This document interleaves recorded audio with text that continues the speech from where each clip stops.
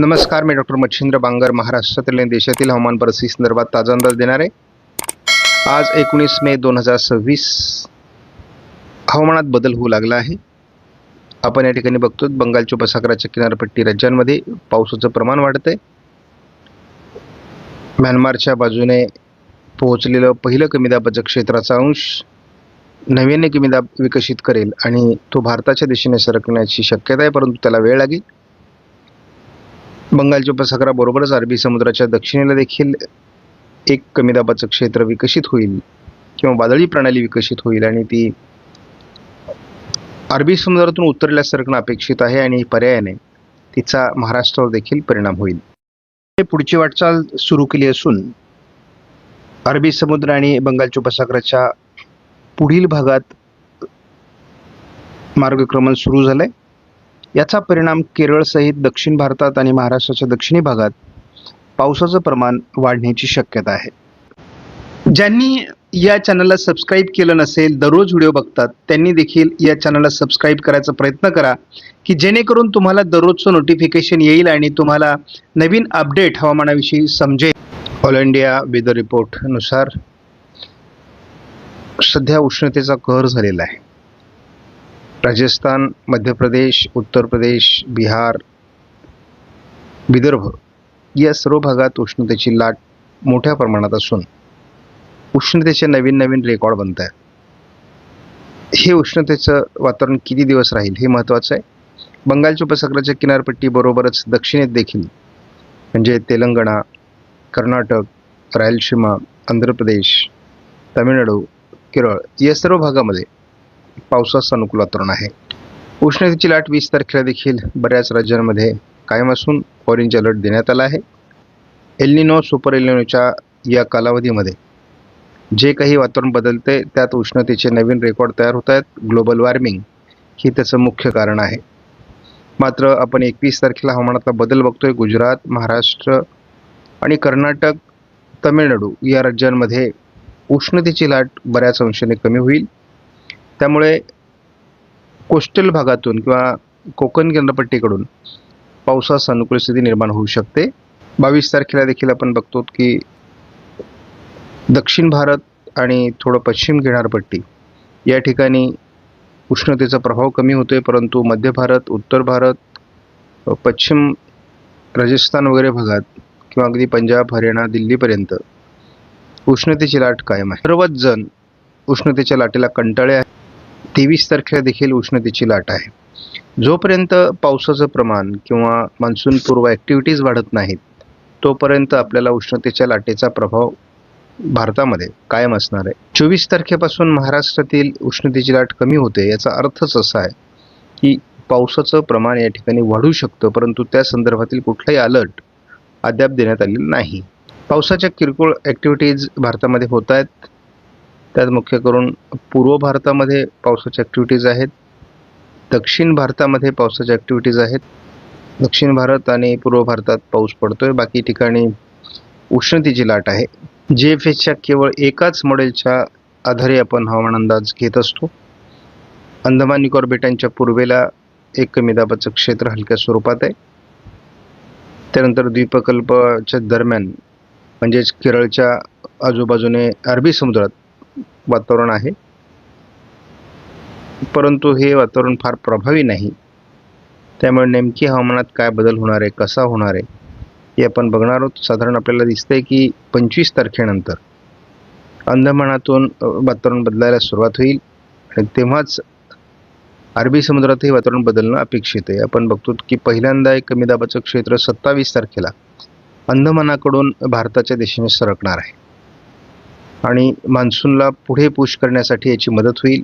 पूर्व भारतातही पावसाचं प्रमाण वाढतंय आणि आपण बघतो की जवळपास कोकणपासून तर केरळपर्यंत आणि तेलंगणापर्यंत पावसाचं प्रमाण वाढणं अपेक्षित आहे.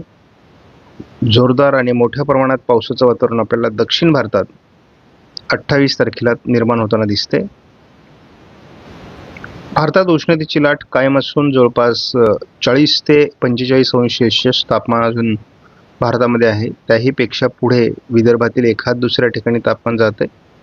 आपण सध्या बघतो विदर्भातील वातावरण हे 45 पार सध्या आहे. अगदी आंध्र प्रदेश, तेलंगणा, विदर्भ असं हे वातावरण आहे. परंतु आपण एक लक्षात घेतो आहोत की हे वातावरण आता कोकण किनारपट्टीकडून कमी होत पूर्व भारताकडे किंवा मध्य भारतात सरकत आहे. याचा अर्थ कोकण किनारपट्टीकडून म्हणजे कोस्टल भागातून आपल्याला लवकरच उष्णतेपासून सुटका मिळायला सुरुवात होणार आहे. साधारण 22 तारखेनंतर आपण बघतो की उष्णतेची तीव्र लाट आपल्याला आंध्र प्रदेश, तेलंगणा, विदर्भ अशी दिसते. अगदी राजस्थानपासून पावसाचं प्रमाण वाढू शकतं, कारण त्या ठिकाणी कमी होते उष्णतामान. त्यामुळे लवकरच कोकण किनारपट्टीला पावसाचा प्रभाव वाढू शकतो असा अंदाज आहे. परंतु उष्णतेची लाट मराठवाडा आणि विदर्भामध्ये जवळपास 27-28 तारखेपर्यंत राहील असं दिसतंय. या मॉडेलमध्ये आपण ECMWF मॉडेल आणि आयकॉन मॉडेलचा अंदाज बघत असतो. आणि याचं मुख्य कारण आहे की आपल्या साधारणपणे देशात कशा पद्धतीने पावसाचं वातावरण कोणत्या बाजूला सरकतंय आणि कोणत्या तारखेला सरकतंय हे लक्षात येतं. कोकण किनारपट्टी आणि घाटमाथ्यावर सध्या ढगाळ वातावरण होण्याची शक्यता आहे. उद्यापासूनच घाटमाथ्यावर कोकण किनारपट्टीत हलकासा पावसाचं वातावरण देखील तयार होणार आहे, अगदी नाशिकपर्यंत. नाशिकपासून तर जवळपास आपण सिंधुदुर्ग, रत्नागिरी, कोल्हापूर, सांगली, सातारा, पुणे या भागात आपल्याला पावसाचं वातावरण दिसू शकतं असा वातावरणीय बदल आहे. 21 तारखेला देखील दक्षिण कोकण, पश्चिम महाराष्ट्र, मध्य महाराष्ट्र काही पावसाच्या ॲक्टिव्हिटीज वाढू शकतात आणि ही फार समाधानाची गोष्ट आहे, कारण उष्णतेच्या लाटेचा त्यामुळे प्रभाव कमी होईल. 22 तारखेलाही बघू शकतो आपण कोकणामध्ये, पश्चिम महाराष्ट्रामध्ये, मध्य महाराष्ट्रामध्ये पावसाचं प्रमाण वाढणं अपेक्षित आहे. 23 तारखेला जोरदार पाऊस सोलापूर, सांगली, कोल्हापूर, रत्नागिरी, सिंधुदुर्ग, रायगड, सातारा, पुणे, अगदी ठाणे, पालघरपर्यंत पोहोचण्याची शक्यता आहे. 24 तारखेला मात्र याचा कोकणात प्रभाव राहील, इतरत्र प्रभाव कमी आहे. आणि आपण एक बघतो की केवळ कोकण आणि पश्चिम महाराष्ट्रातच हे वातावरण आहे, मध्य महाराष्ट्रात काही पश्चिमी भागात आहे. परंतु दरम्यान विदर्भ, मराठवाडा, उत्तर महाराष्ट्रात उष्णतेची लाट कायम राहण्याची शक्यता आहे. या ठिकाणी मान्सूनच्या वाटचाली संदर्भात काय बदल होतात हे आपण थोडक्यात या मॉडेलनुसार बघत असतो. पावसाच्या ॲक्टिव्हिटीज वाढू शकतात आणि कालही आपण या मॉडेलनुसार अंदाज बघितला तेव्हा महाराष्ट्रामध्ये हे प्रमाण कमी होताना आपण बघितलं होतं. परंतु सारखे अंदाज बदलत आहेत मॉडेलचे. याचं मुख्य कारण आहे की हवामानात असा बदल होतोय. आपण जर 26 तारखेपर्यंत बघितलं तर कोकण किनारपट्टी, पश्चिम महाराष्ट्रात सुरुवातीला पावसाळी वातावरण मेमध्ये असणार आहे. आज जे वातावरण आहे थोडं चंद्रपूर, गडचिरोलीच्या भागात आहे, लातूरच्या दक्षिणेला आहे. तर इकडे जवळपास नाशिकपासून घाटमाथ्यावर पुणे, सातारा, सांगली, कोल्हापूर या भागात वातावरणाची शक्यता आहे. आपण जर बघितलं तर थोडं उशिरा सोलापूर पूर्व भागामध्ये सुद्धा जोरदार पावसाचं वातावरण आज तयार होऊ शकतं. हा ECMWF मॉडेलचा अंदाज आहे. उद्या मात्र वातावरणात अतिशय सकारात्मक बदल आहे.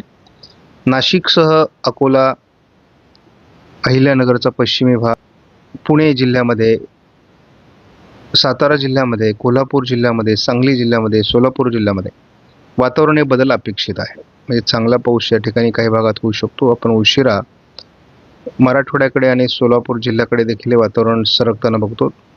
किरकोळ स्वरूपामध्ये असेल ते. हे वातावरण आपल्याला 21 तारखेला अधिक प्रभावी दिसतं. नाशिक पूर्व भाग असेल, अहिल्यानगर पश्चिम भाग असेल, पुणे पूर्व, सातारा पूर्व भागामध्ये आणि कोल्हापूर, सांगली भागामध्ये इथे सर्वात अधिक पावसाचं वातावरण सांगलीमध्ये आपल्याला सातत्याने दिसतंय. त्यामुळे वातावरणात सकारात्मक बदल आहेत. काल आपण बघितलं की वातावरण पुन्हा एकदा खराब दाखवण्यात आलं होतं. 22 तारखेला पुन्हा एकदा नाशिकसह पुणे, सातारा, कोल्हापूर आणि अगदी इकडे अहिल्यानगरचा दक्षिणी भाग, पश्चिमी भाग, सोलापूरचा पूर्व भाग आणि पुणे पूर्व, सातारा पूर्व, कोल्हापूर, सांगली, आता रायगड, रत्नागिरी, सिंधुदुर्गमध्ये सुद्धा वातावरण बदलत आहे. त्यामुळे 22 तारीखसुद्धा आपल्यासाठी महत्त्वाची आहे. सोलापूरलाही उशिरा अगदी लातूर, धाराशिव आणि सोलापूर जिल्ह्यामध्ये जोरदार पाऊस आपल्याला 22 तारखेला दाखवण्यात येतोय. त्यामुळे उष्णतेच्या लाटेमध्ये अडकलेल्या सर्वांना एक उसंत मिळण्याची शक्यता आहे. इथे आपण बघतो अहिल्यानगर पश्चिम, पुणे, रायगड, रत्नागिरी, सिंधुदुर्गमध्ये, पुणे, सातारा, सांगली, कोल्हापूर, सोलापूर या जिल्ह्यांमध्ये चांगल्या प्रकारचा पाऊस 23लाही असण्याची शक्यता मॉडेलने दिली आहे. उशिरा सोलापूरला 23 तारखेलाही पावसाची शक्यता आहे. आयकॉन मॉडेलचा ओझरता अंदाज आपण बघणार आहोत. ज्या भागात आपल्याला ECMWF मॉडेलने अंदाज दिला त्याच भागात 19 तारखेला म्हणजे आज आयकॉन मॉडेलने पावसाचा अंदाज दिलाय. 20ला मात्र फारसं वातावरण दाखवलेलं नाही. 21लाही त्याच भागात पावसाचा अंदाज आहे. 22 तारखेला मात्र पावसाचं प्रमाण अधिक वाढू शकतं. त्यामुळे चांगले पाऊस आपल्याला रत्नागिरी, सिंधुदुर्ग, रायगड, पुणे, सातारा, कोल्हापूर, अगदी नाशिक आणि अहिल्यानगर पश्चिम भागामध्ये दिसू शकतात असा एक पहिल्यांदा सकारात्मक अंदाज आलेला आहे. आणि आपल्याला सकाळचं वातावरण 23 तारखेचं जे सोलापूर भागामध्ये, पुणे पूर्व भागामध्ये, लातूर, धाराशिवमध्ये पाऊस देऊ शकतं. आणि ही जेव्हा पाऊस सकाळी सुरू होतो तेव्हा मान्सून जवळ आल्याचं किंवा मान्सूनच्या हालचाली सुरू झाल्याचं ते लक्षण आहे. त्यामुळे हवामान आहे जे बदल होतील ते निरीक्षण करा.